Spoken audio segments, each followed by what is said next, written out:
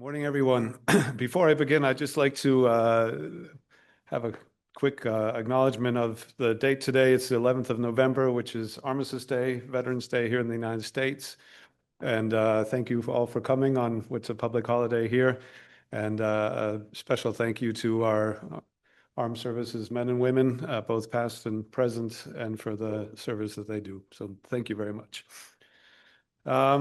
So my name is Alexander Kleiman, or just Alex, and I'm here today at Webb to present, along with my colleague Ken, who will be joining us in a moment online, his paper called Novel Hydrogen Fueling for Small Ships. Excuse me.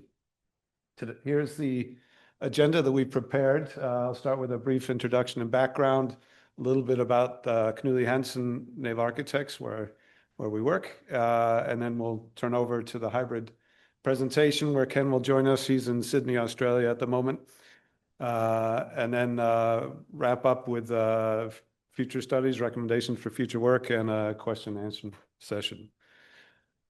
So if I may digress just a moment, I'm a proud Webb graduate. It's been about almost 30 years since I've stood in this exact hall defending my senior thesis, and it's been a real pleasure to be back. So thank you very much to the organizers of the conference and to Webb specifically for hosting us. Coming in, these are just some photographs from my past back when before this wonderful academic center was built, and the dorms rooms where I spent my time. And yeah, so it's been very wonderful to be back at Webb. Thank you.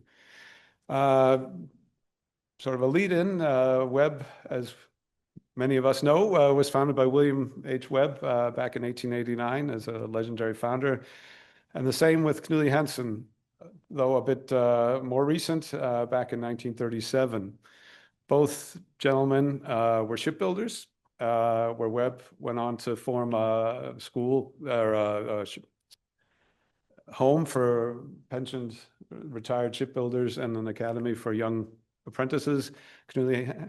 Knuly Hansen left a shipyard in Elsinore, Denmark, to start his own consultancy firm some 88 years ago. This was his first design, last design at the shipyard, and really helped him establish Knuly Hansen as a independent design consultancy. This is a Kronprins Olaf, built in 1937 to sail between Copenhagen and Oslo. And I'm a bit of a ship enthusiast myself. Besides being a naval architect, I think she's a beautiful, beautiful vessel. So very quickly about Knuly Hansen. We've been designing ships since 1937. Our head office is in Denmark, where I'm based, but we have offices worldwide. We're about 90 naval architects, marine engineers. Our core businesses are new design, conversions, energy optimization, naval architecture, marine engineering, HVAC, and inspection and supervision. So far, to date, over 850 vessels have been built to Knuly Hansen designs, and also 350 conversions have been carried out. As I said, we have offices also here in the United States, down in Fort Lauderdale. I'll be traveling to a little bit warmer weather than New York in the next couple of days. But I'm based in Elsinore, which is north of Copenhagen. And Ken, who will be joining us in a moment, is based down in Perth in Australia. As I said, we're a strong team of naval architects, offshore engineers, industrial designers, so forth, about 90 at the moment, staff, and consisting of 20 different nationalities. And that's a picture of our main office where I work. The vessels that we typically design cover the whole spectrum: larger vessels, ferries and RoPax, RoCons, container vessels, cruise ships, my own personal favorite, multi-purpose vessels, Navy vessels, tankers, yachts, general cargo ships, research vessels, icebreakers, and fishing vessels. 50%, we produce about 50 concept designs a year. 90% of our clients are ship owners, and 10% are in speculation. And about 20% of these concepts develop into tenders and builds. Here are just some examples. Our North American clients, try to keep this brief, are various cruise lines and other ship operators here in the United States and North America. We design new builds, retrofit conversions. We have full interior design. HVAC design is a main area as well. Feasibility studies, safety surveys, energy audits, and so forth. We follow the first, let's say, 4 stages of design are generally what we carry out. We're in the early stages, so the feasibility studies, initial and concept design, rolling into tender and contract design, and finishing up generally with basic design, and we leave the detailed design to the shipyards that build the ships. Again, I think I've mentioned this already. Ship owners, shipyards, operators in the offshore industry work for governments, equipment manufacturers, and as well as financial institutions. I'll wrap up my brief introduction on Knudsen Hansen's first vessel in scale to the Queen Mary II, which is one of the largest vessels that we didn't design all of it, but we were heavily involved in the HVAC design and systems on board. And this is in front of Kronborg Castle, just outside near our office. But I think it gives a good proportion comparing the ships and the development. I think that's all I'll say at the moment. If we can turn over to Ken, he'll join us and get into the paper, and then I'll come back at the end.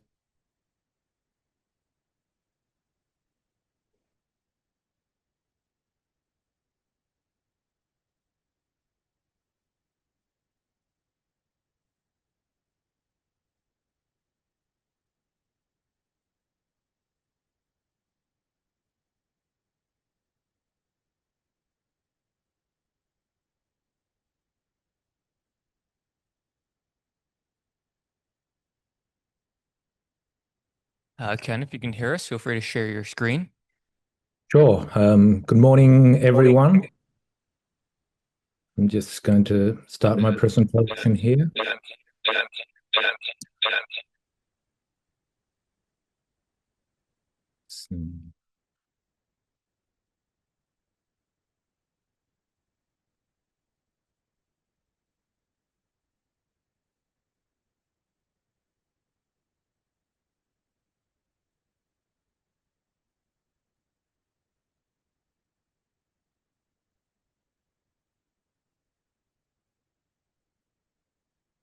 Okay. Just want to confirm that my presentation is being shared at the moment. Yes, we do see it here. Thank you. Super. Thanks, Alex, for the introduction to Knudsen Hansen. Yes, good morning. Good morning. Let's just see if we can go through some of the feedback issues. Sorry, Ken, we don't see your presentation mode. We just see your PowerPoint screen.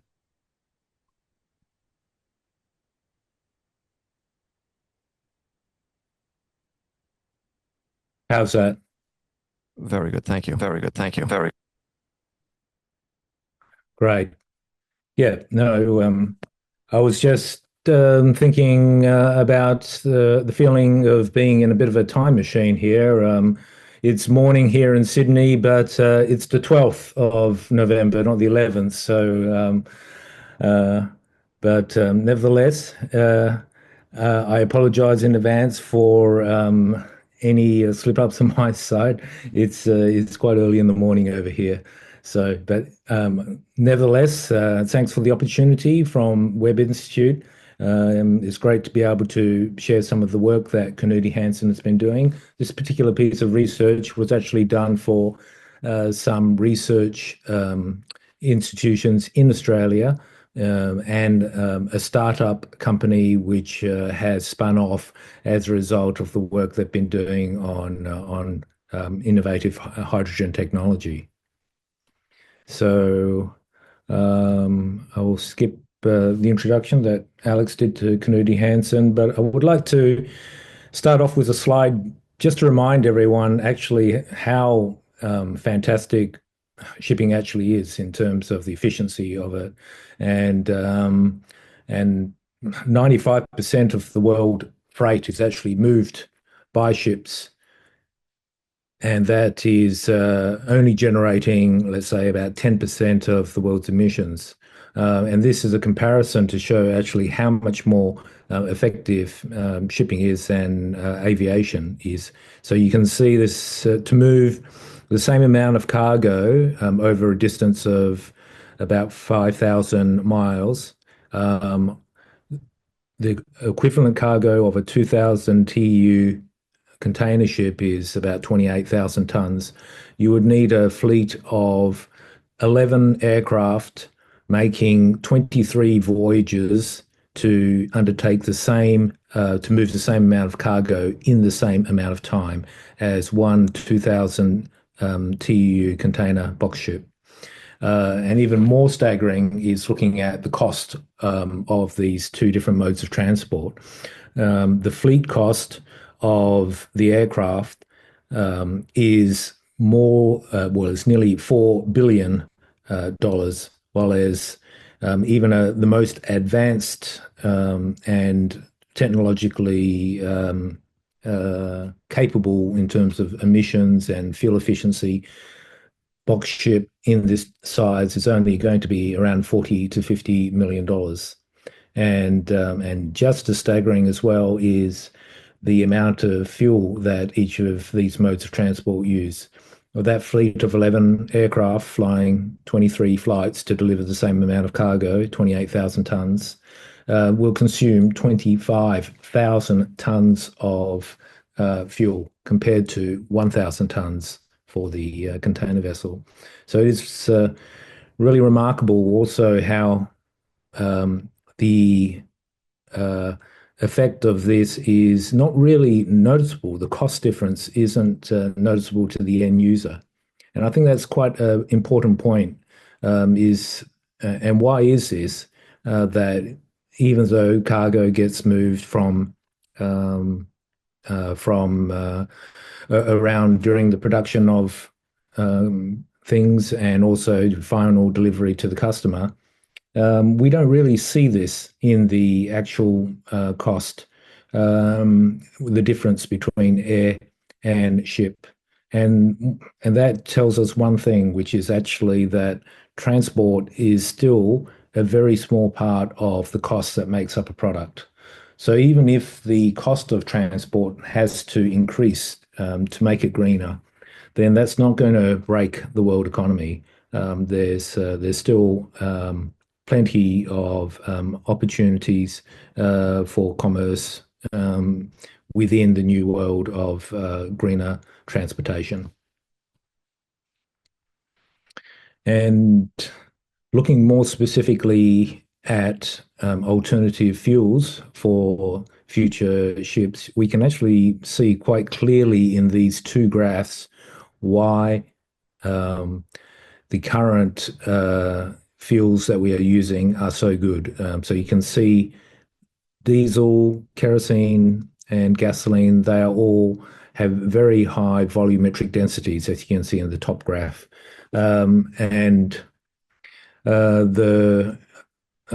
Particularly the fuels that we are going to be looking at in this study, which is hydrogen, you can see that they are far off to the right, both liquid hydrogen and compressed hydrogen.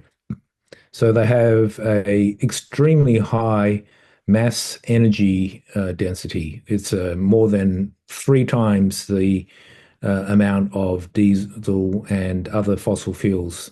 But unfortunately, they have an extremely low energy density per volume. It's only 1/4 of what and that's for liquid hydrogen, of what kerosene and the other fossil fuels are.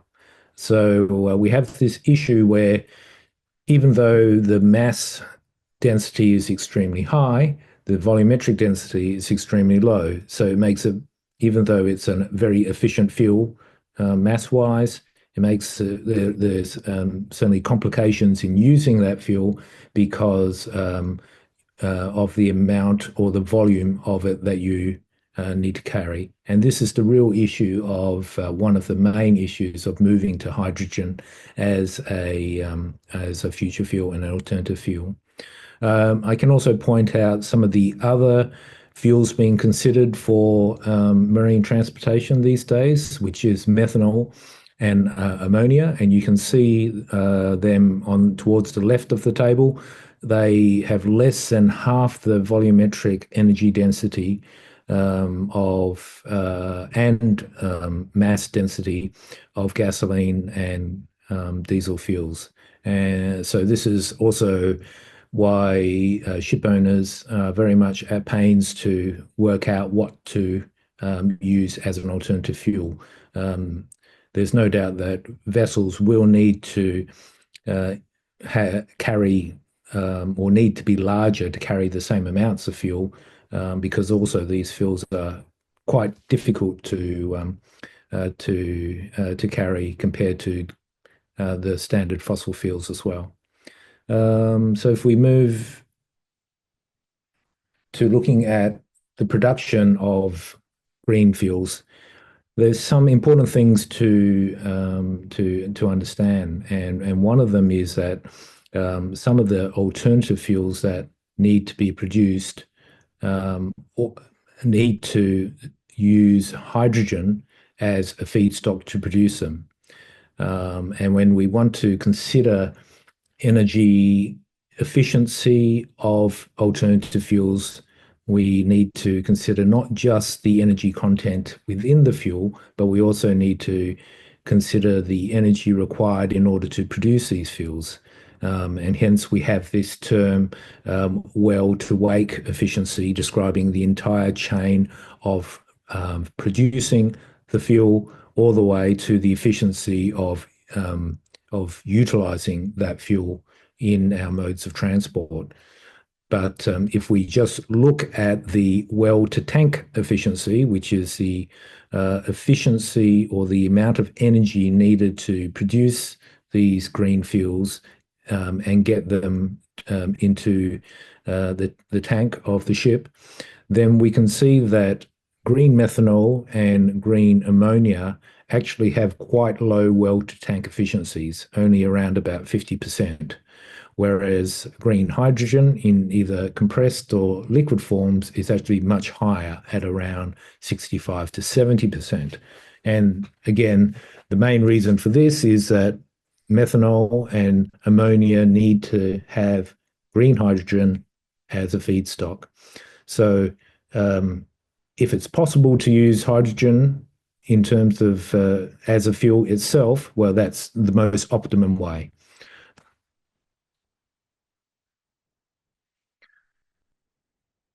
So the second part of looking at the viability of these alternative fuels is to look at their issues with and their storage characteristics. So you can see here that the various storage temperatures that these fuels require. Green methanol and green ammonia need to be stored at relatively cool temperatures, not as low as things like liquefied natural gas. But if you look at the tank space ratio, the fuel tank space ratio, they're still requiring 2 to 3 times as much tank space as when compared to a distillate diesel fuel. Additionally, methanol and ammonia have issues. Methanol is very corrosive. Ammonia is very toxic, so it's not very good for passenger vessels.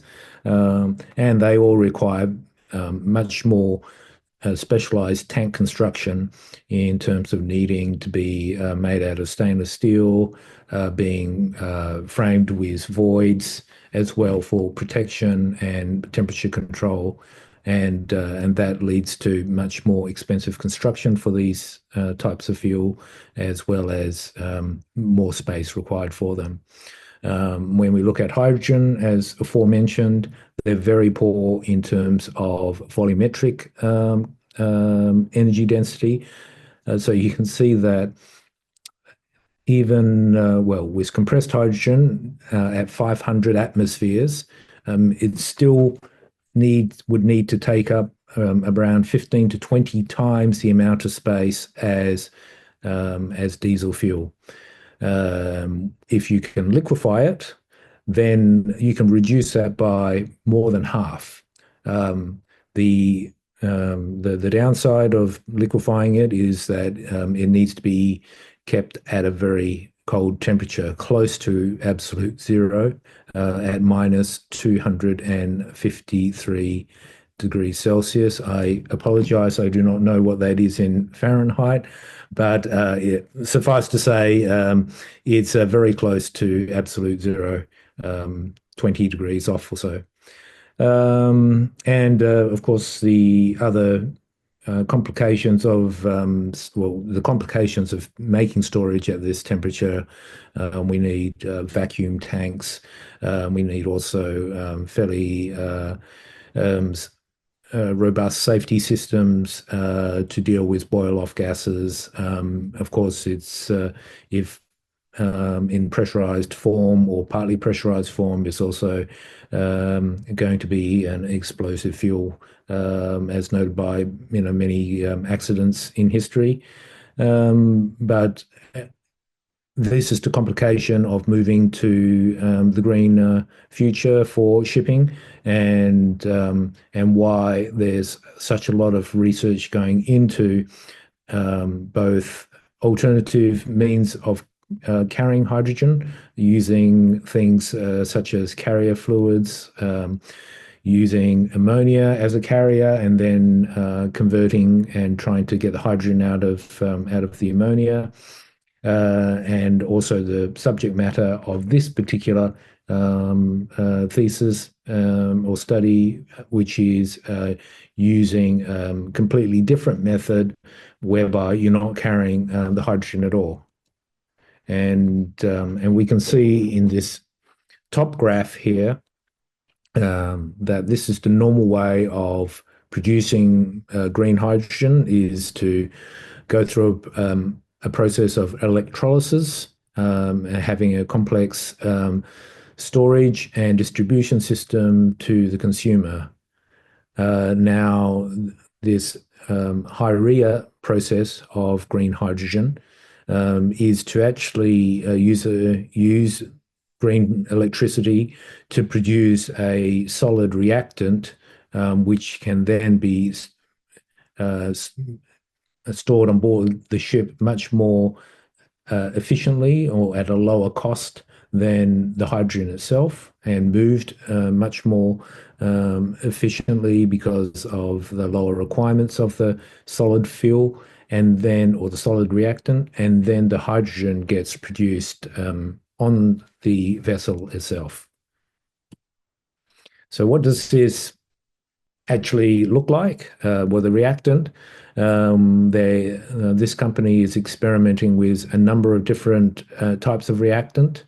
So basically, you will mix the reactant with water, which will create hydrogen gas, and then that hydrogen gas gets used in either an internal combustion engine, or better still, a fuel cell type power system, delivering electricity to the vessel. And as many of you that have studied chemistry will know, that there's plenty of reactants that when you mix them, they give off hydrogen gas. So it's not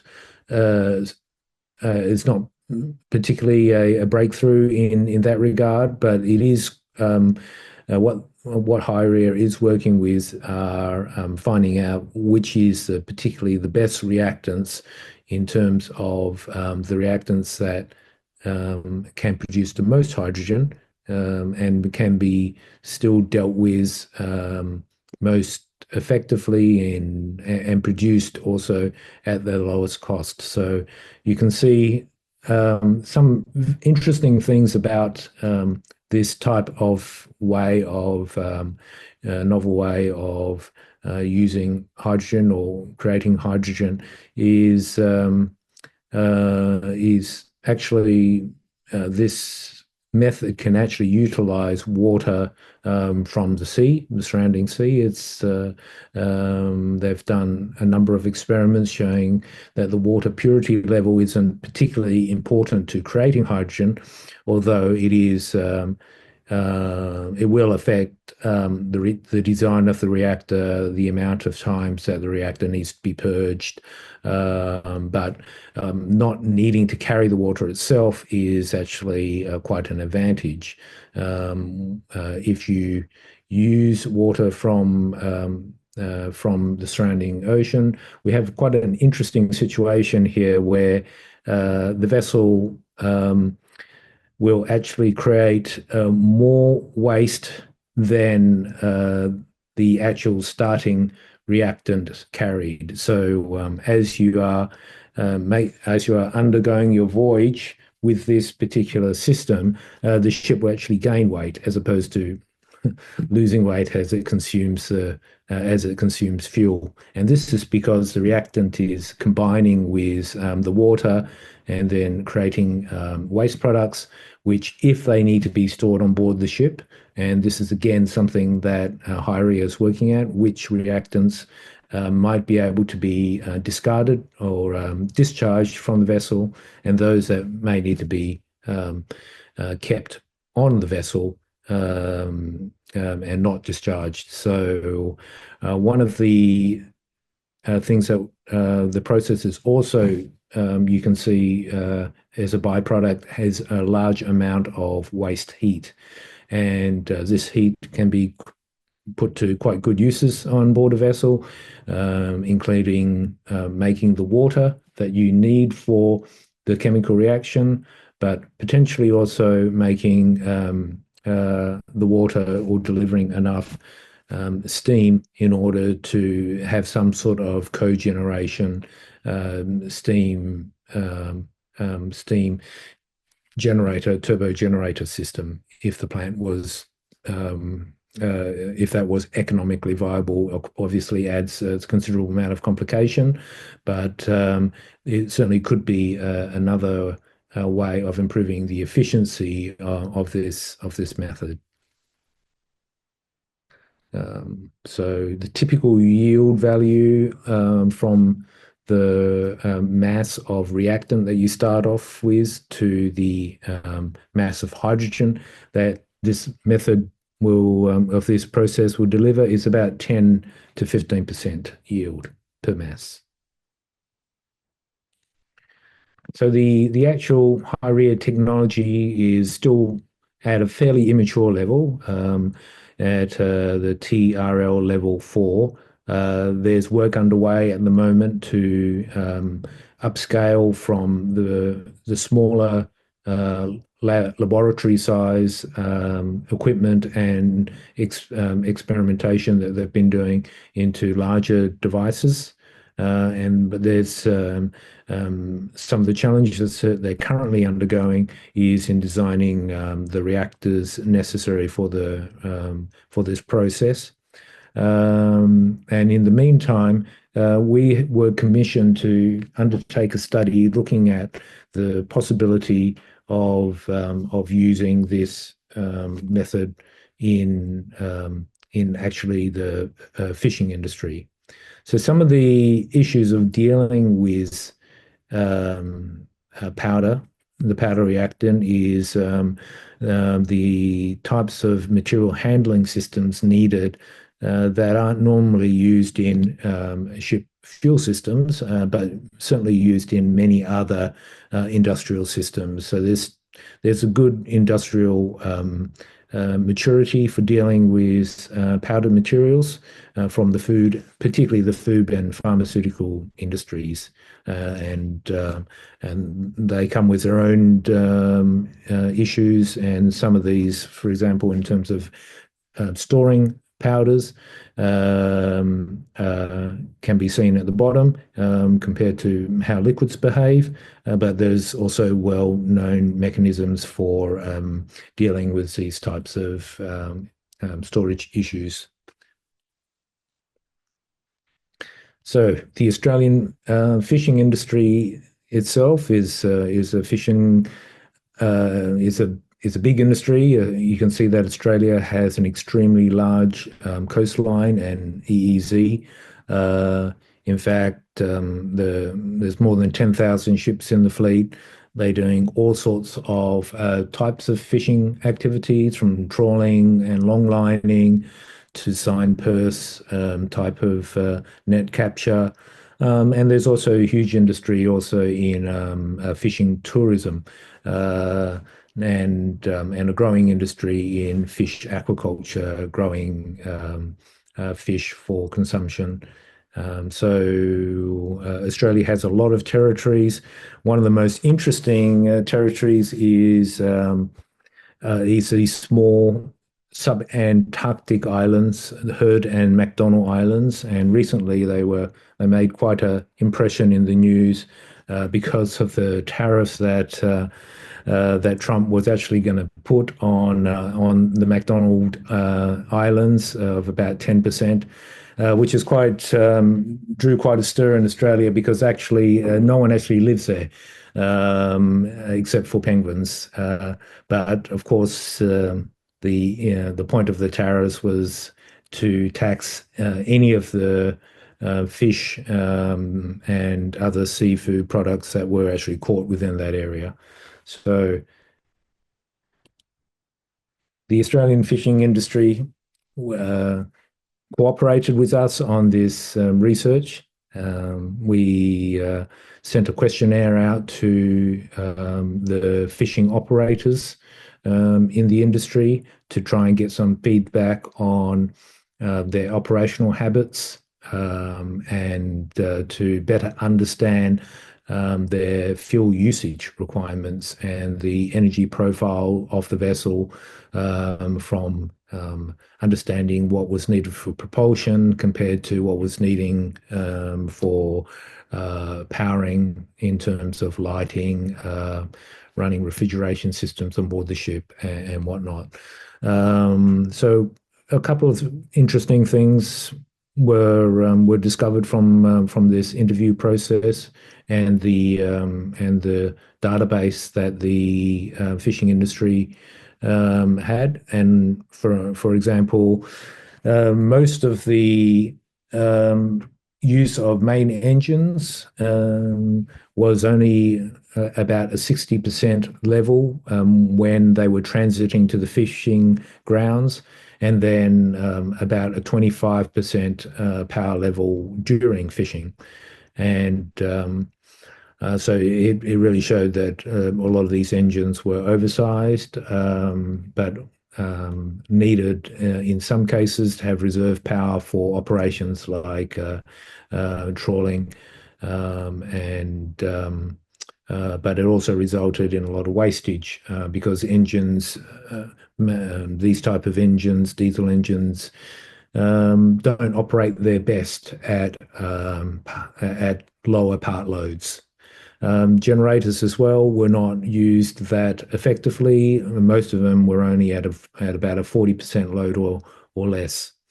So we have this culture where engines are generally oversized, but underutilized in terms of their power capacity, and that means higher fuel consumption, higher emissions relative to the power produced, and owners needing to run maximum power on these engines occasionally for no other reason than to keep the engines healthy, decarbonizing the heads, etc. So there's many reasons why fishing operations like this are not ideally suited to internal combustion type engines.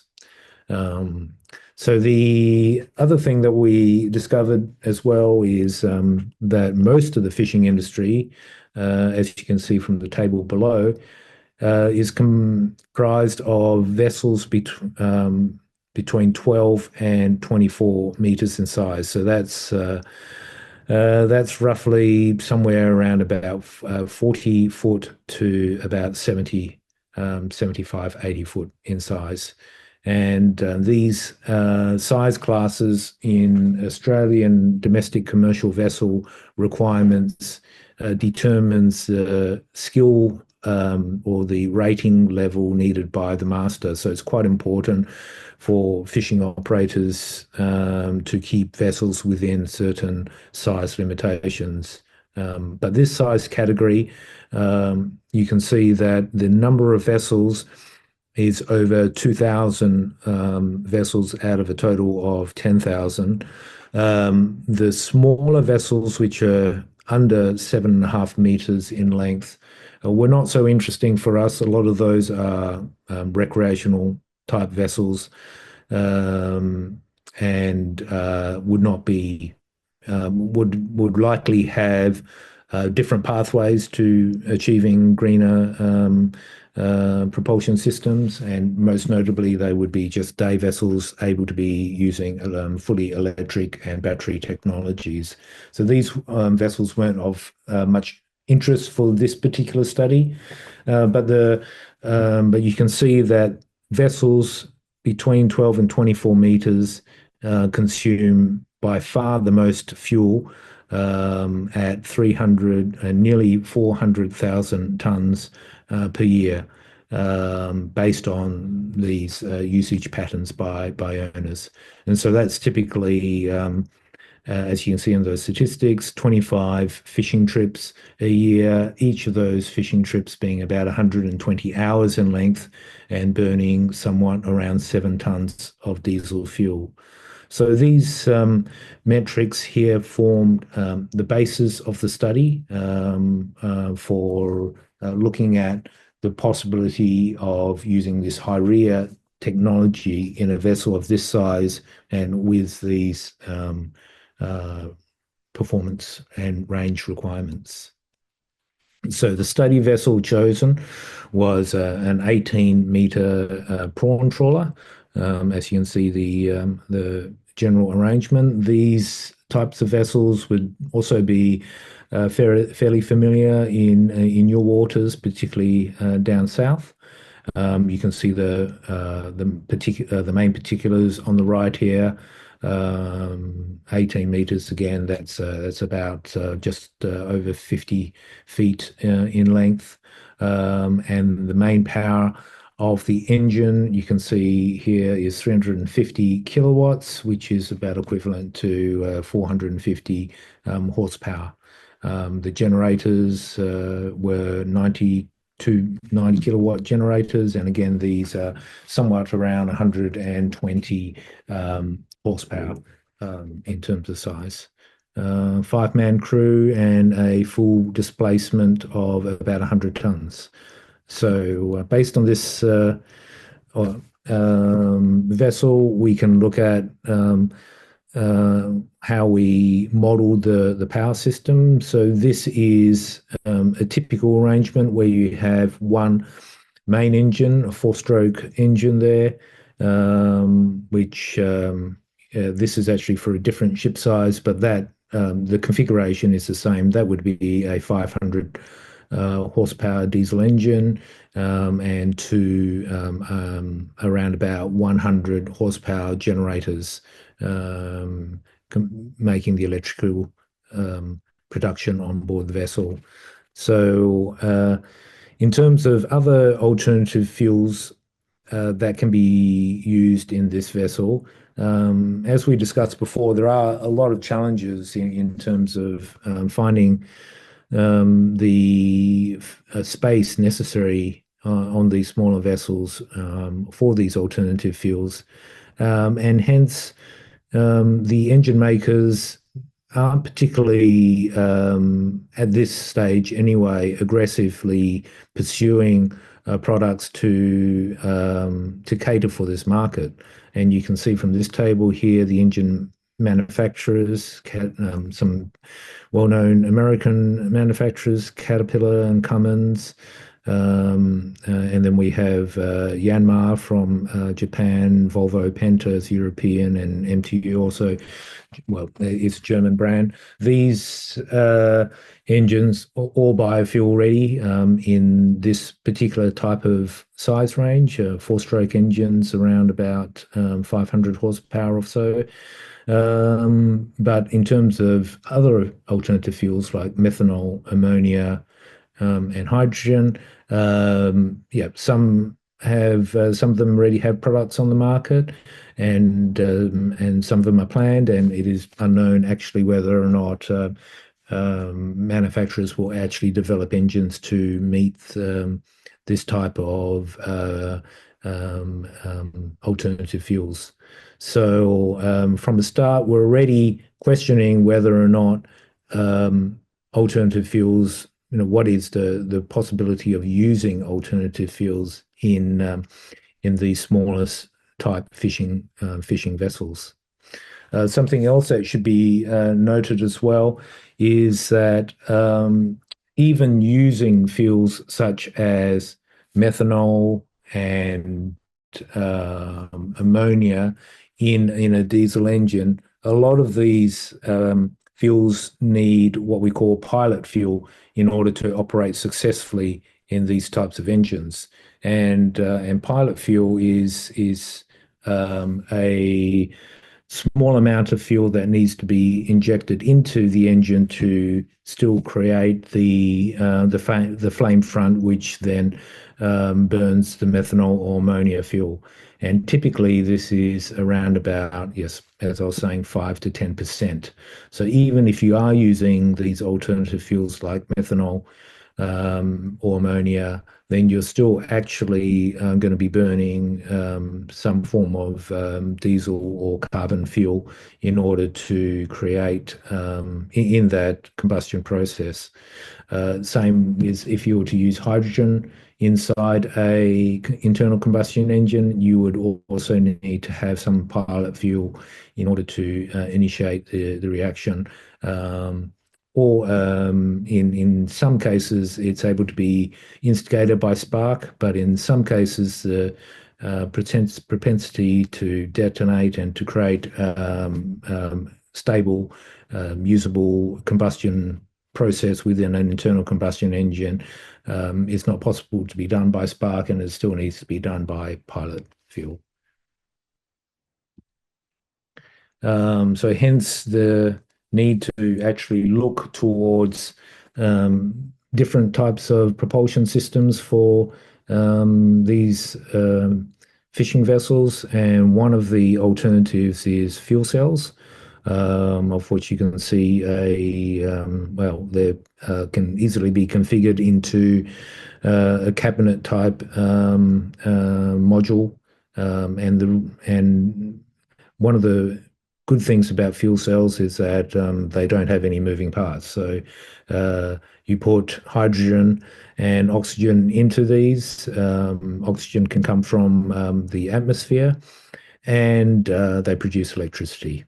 Now, they are already quite efficient. Typically 50 to 60% efficient in terms of converting fuel directly into electricity. And this compares very favorably with something like a diesel generator, whose thermodynamic efficiency is typically around about 35 to 40%. 40 for the larger size engines, and 30 to 35% efficient for the smaller engines, and certainly the ones that would be going into fishing vessels. And that 30 to 35% efficiency is with the engine operating at its most optimum energy, at its most optimum performance point, which is at typically around about 70-80% of its rated output. And as we have seen previously, these engines are more likely to be running at a much lower end and lower efficiency. So I would imagine that most of these engines are probably only 25% efficient in terms of producing electricity from fuel. Some of the other advantages of fuel cells is that you have very flexible installation. You can don't need to be connected to any particular part of the system. They can be arranged in different areas around the vessel. There's less support systems needed. You still need cooling systems, but a lot of the other systems associated with engines, such as typically air systems and battery systems and much more complicated ventilation, exhaust systems, and things like that are not necessary with fuel cells. Again, no moving parts, silent operation, and the only output that comes out of the fuel cell is water vapor. If we look at the likely technological development of fuel cells, they are tracking roughly in the same pattern as both solar panels and lithium-ion batteries. So you can see the one that we have most data about is actually with the solar panels. You can see back in let's say the early 80s, solar panels were extremely expensive, and now they're continuing to drop in price even further. But I think you could probably say that it's at least 1,000 times reduction in terms of cost per kilowatt for solar panels that we've seen.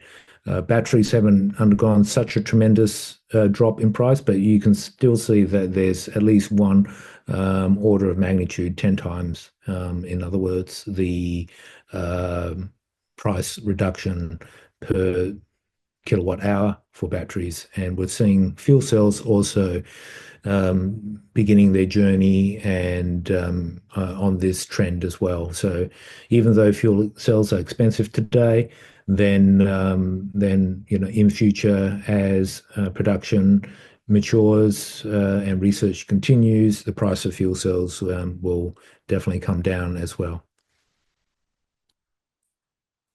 So what does a fuel cell propulsion system look like for our study vessel?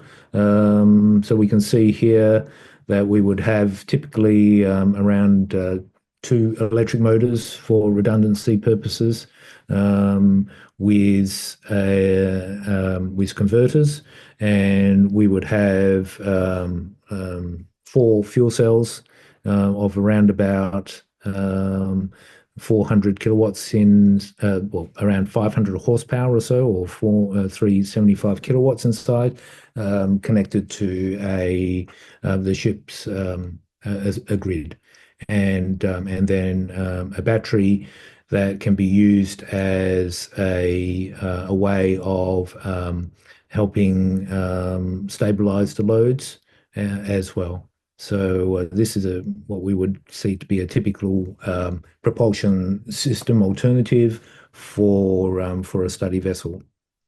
Now,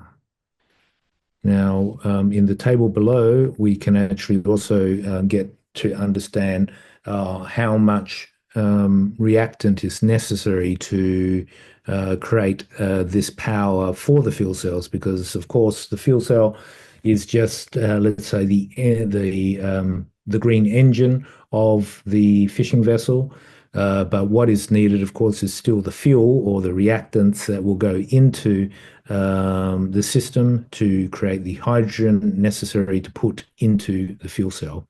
So we can see that in terms of the high-rea process, what type of reactants and the flow rate of reactants or mass flow rate of reactants needed in order to create the hydrogen necessary to run these fuel cells.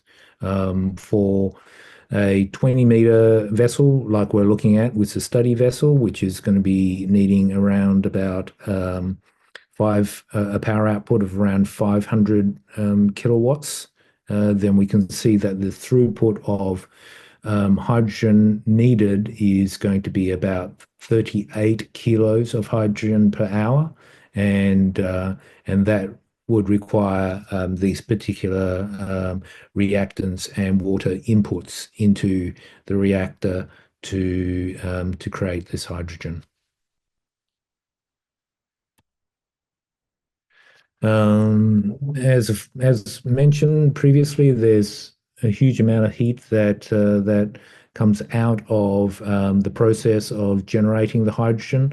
So there's a number of different ways that this could be used. One is a water maker, and a water maker utilizing waste heat.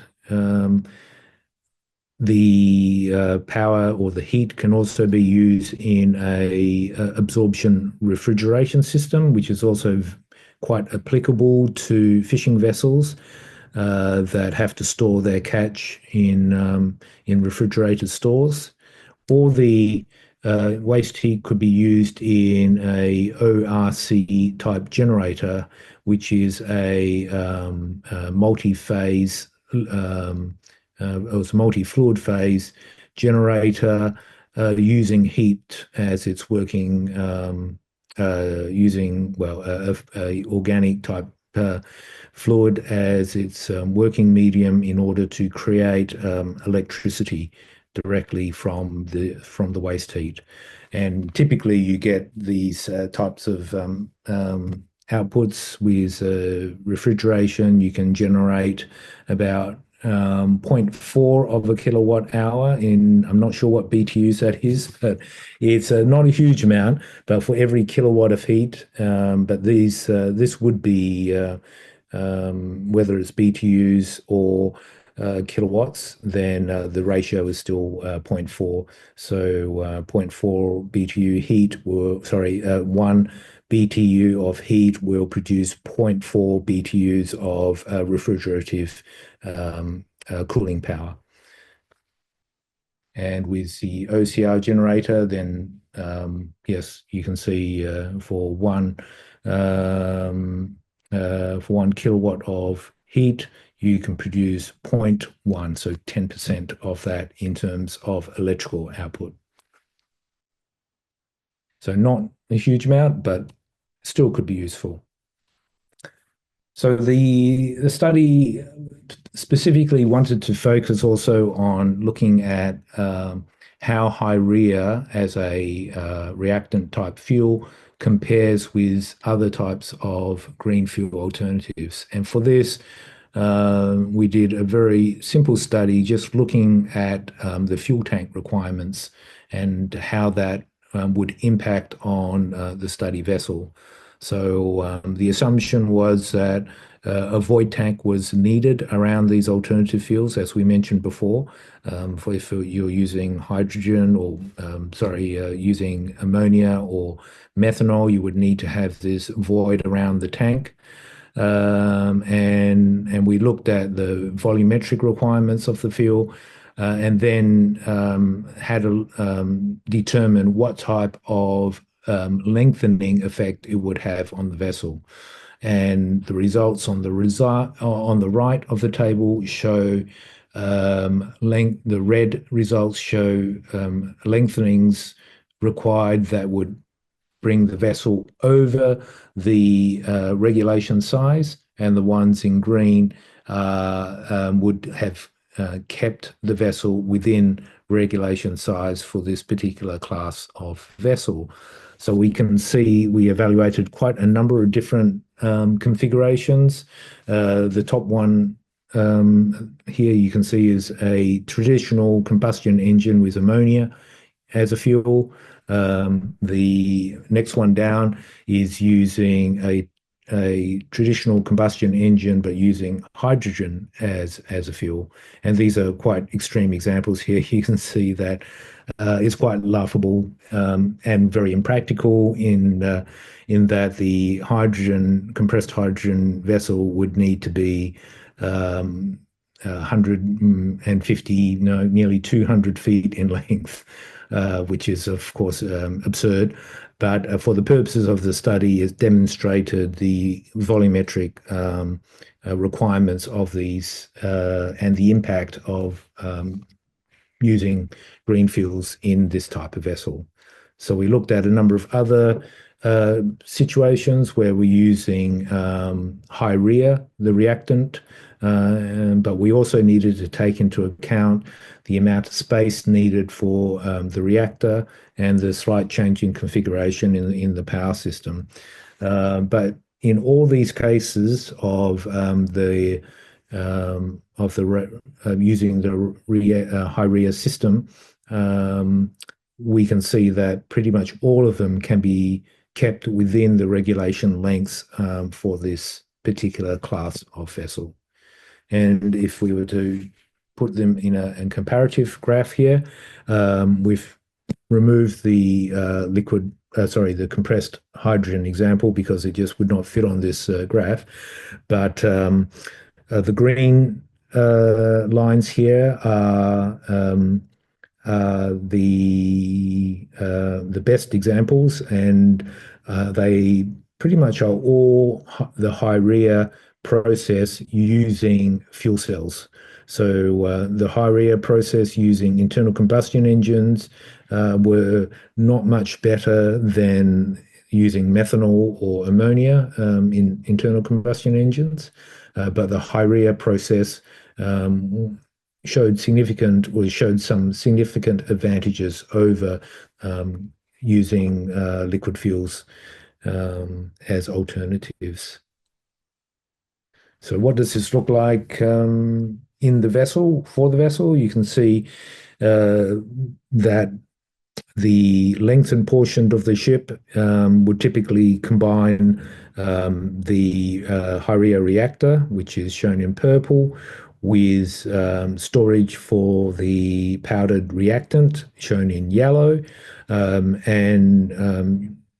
the fuel cells needed to create the electricity from the hydrogen can be seen in the red in this conceptual arrangement for a modified trawler vessel. We did a very basic look at the weight that such a system would utilize compared to the current weight of the vessel.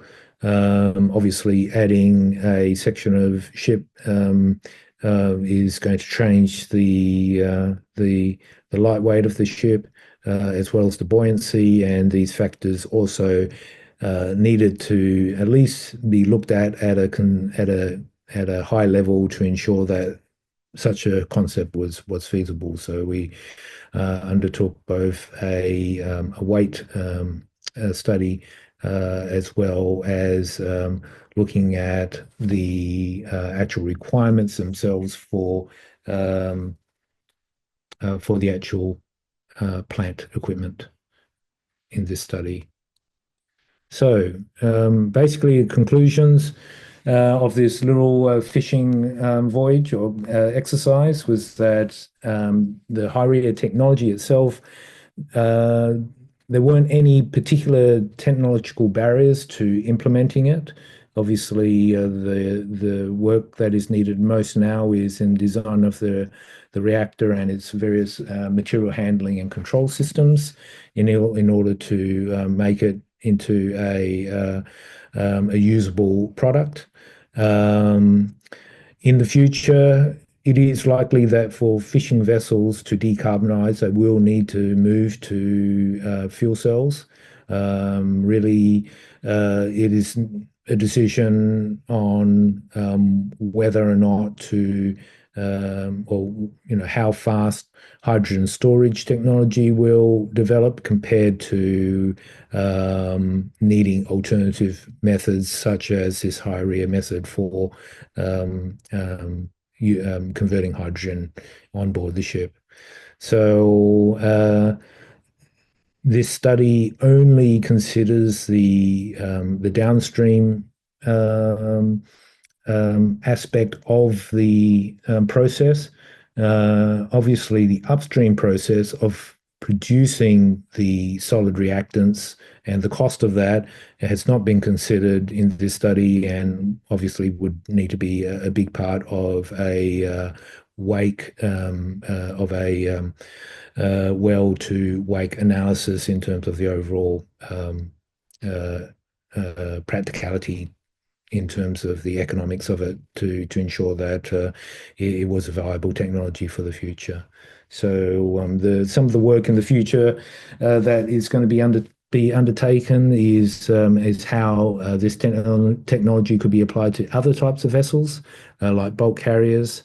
Is to get at this next stage class involved in the parameters and safety requirements of the of handling the reactant, and also the design of the reactor, and then ongoing work as to how powdered reactors can be effectively stored on ships. And finally, whether or not the waste discharge can, well, the waste produced by the reactors can actually be discharged into the ocean, or whether they will need to be kept on board. So, and with that, I'll wrap up my presentation. So, thanks everyone for listening, and happy to take any questions.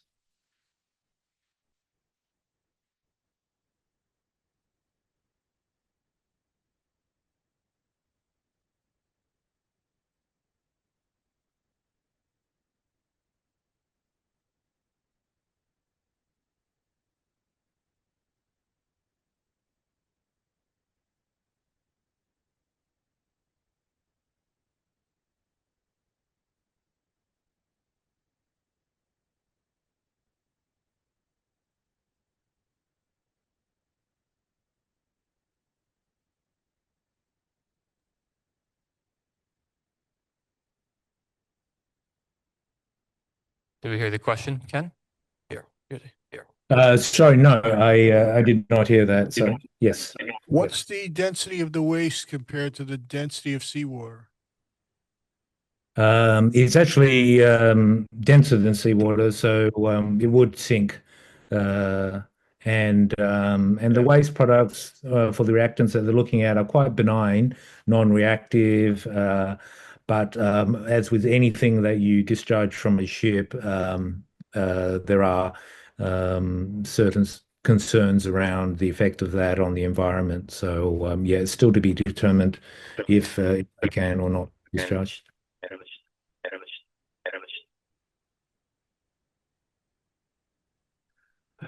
Uh, so how does the Hyrea system compare to metal hydride storage, which is also very volumetrically dense, and it looks like they're both have relatively similar uh, mass storage capabilities. I'm not that familiar with the metal hydride storage. I understand that there are some hydrogen technologies being looked at which actually use a particular, let's say, method whereby it's more how to store the hydrogen, and I'm not sure what kind of chemical process is needed to, or what process is needed to extract the hydrogen from a metal hydride. So I can't really comment on that. But yeah, whether what type of waste product is left over from some of those processes, I haven't actually studied, and we didn't. It wasn't a part of this scope to actually look at those. So it is fairly well proven, and in rough terms, the volumetric density is very similar to cryogenic hydrogen. The mass density is lower, but Mhm. good safety, and Mm. it's a um, um, it's a rechargeable technology. You just Yes, put new hydrogen in, into and it. it's you control it by uh, temperature and pressure. Yeah. So worth looking at. Yes. Yes, sir. Yeah. So, given the different characteristics of the way that you would be using this particular HYRIA technology. You can't directly compare them, which is why we did it. We needed to do a much more sort of complex analysis of what the plant space is needed, plus the storage area for the solar reactant. So I can say from what you were saying about the comparison between that and liquid hydrogen, that the solid reactant needed would be less volumetrically demanding than using this metal hydride type structure for storing the liquid hydrogen or storing the hydrogen. But of course, then that doesn't take into account the fact that you need a plant, a reactor system to actually get and water to get the hydrogen out of the solid reactant or create the hydrogen. So it's not directly comparable, but if you're looking at just the solid mass of material needed, so obviously the bigger you scale this and the more reactant that you carry, it would favor the HYRIA method. The less you're carrying, then it would probably, or the lower range would probably favor more the metal hydride structure. Hi Does there. that Super interesting answer? presentation. I was Yeah. curious just about dealing with transients because I know fuel cells aren't the hugest fans of them. So Hmm. does using the HYRIA system kind of compound that? I noticed the battery in your block diagram, presumably for that load following, but I'm just curious Yes. if there are any kind of further complications with dealing with those discrepancies in loads, like especially like you're talking about with the fishing vessels where you do see those Yeah. large swings. Yeah, exactly. And that is the reason why batteries will probably be a part of most fuel cell systems. There's certainly a level of needing to keep the reactor performing because it's a process where you'll be generating, it'll be easiest to set the system up to generate a constant amount of hydrogen. And the process is definitely not conducive to large and fast power fluctuations. So you are right on all these accounts, and that is the main reason why a battery is needed. So it would ideally suit also some of the solid oxide fuel cell technologies, which are also show a lot of promise. There are also devices that require stable power and stable production type condition. So the fuel, so separate from the hydrogen fuel cell and the emissions related to that, what about the reactant itself? What are the Mhm. are the environmental effects, or are there environmental effects to be concerned about Mm. from the Yeah. reactant or waste that is produced in producing the hydrogen gas? Yeah. Yeah, I alluded to some of those issues. There certainly are. Um, uh, One of the best, well, to avoid some of those methods, some of those issues, there's two things that need to be considered. The first is the use of the water and the purity of that water. You can use seawater to create the hydrogen, but then the reactor would need to be purged quite often, and one of the reactants needs to employ a catalyst in its process as well. I didn't go into some of those details, but that catalyst would then, of course, need to be replaced if that water needed to be replaced as well. So the best method for this system is to use a high purity water that wouldn't require a purging of the reactor. and then you wouldn't need to then take any waste products into the environment or need to store them on the ship. Now, having said that, obviously this reactor is still going to create a solid waste output, and it's whether that waste can just be discharged into the environment, or whether the waste needs to be stored back on the vessel itself. And another